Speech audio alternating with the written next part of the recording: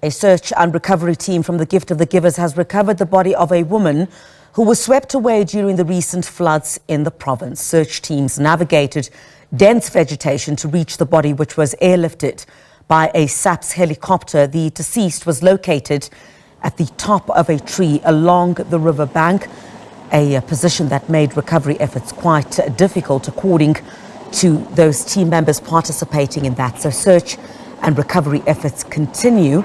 The official death toll stands at 92, with 30 children amongst them still missing. But of course, that death toll has been fluctuating.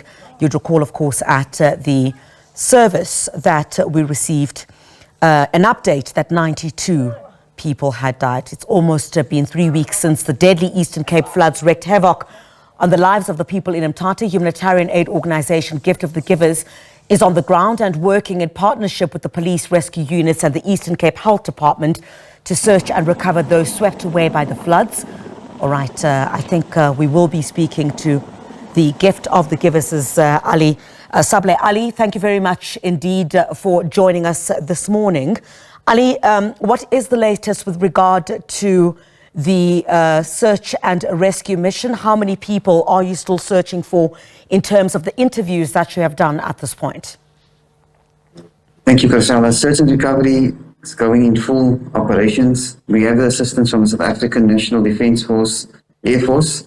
We do know South African Police Services have deployed an additional helicopter as we're trying to bring closures to many families. But you know what's interesting, Karsala? Yesterday, while our team was recovering or evacuating the body from the dense vegetation, community members came to us reporting that 10 people is missing from the informal settlement. We then asked them, did they informed the South African police services? They said they have not registered the case. So this is making things very difficult and complicated, as we do not know the official number of people that are reported missing. But the captain and colonel has informed that they will be working through community leaders and councillors to ask community members, while the search and recovery teams are on the ground, for that information. That is critical information, so our teams know which areas to sweep. As you yourself, because the area is quite vast. The Mthatha River stretches kilometers. So our teams have been all over. We have broken up into different groups now as well, in terms of getting closures and bringing those loved ones to the families. And the area that our teams are currently working in is this morning. We had to get in additional TLBs as the mud has turned quite hard. And the next few days will be critical in terms of which the authorities have to decide. Do we carry on with the search and recovery unit as we sweep literally the whole area searching for these bodies? And I mean, Ali, it's been, a devastating, grueling couple of hours for your team. And I know that given that we just returned from the Eastern Cape yesterday, we've seen firsthand what your team has been doing on the ground. It's grueling, it's long hours. You're not sure of what you're going to find. I mean, how are you keeping your teams together, in terms of them having to traverse areas which they don't know what they will find? They've made gruesome finds in some of these instances. You've all been working incredibly well together. I mean, the teams are only but human. They too become exhausted. Christella, all credit due to the South African Police Services, the search and rescue teams, the Eastern Cape Government search and rescue teams, those that have come from other provinces. It's not easy for them on the ground. We see in the morning when the briefing takes place, when the prayer session goes, you literally see tears rolling down the cheeks of these men and women who are part of the search and recovery unit. When they come back, there's a moment of silence at the end of the day, just to take in how the day has been. When they see the state of devastation, when they see family members walking along with them through every meter they are searching, hoping that when our teams go down and walking through the rubble or going into the river, they will come up with some hope, with some closure for these families. So you can just imagine the mental state of our teams currently, not only our teams, all the search and rescue teams. All credit definitely for this mission should be going to them. And we do know also that the difficult terrains they are currently working, especially the guys from the other provinces, going into this rivers. We do know how fast the streams are currently. And an incident I can relate to that will live in my memory and our team's memory was when we found the 8-month to a year-old baby. We received a call from the community leader to inform us that there's something like a doll floating in the water, but it cannot be a doll because it's wearing, they can see by the clothing, it's a child. And when our teams reached the area, they dived into the river, they retrieved the body, and when the body came up, it was laid onto the ground for forensics to open.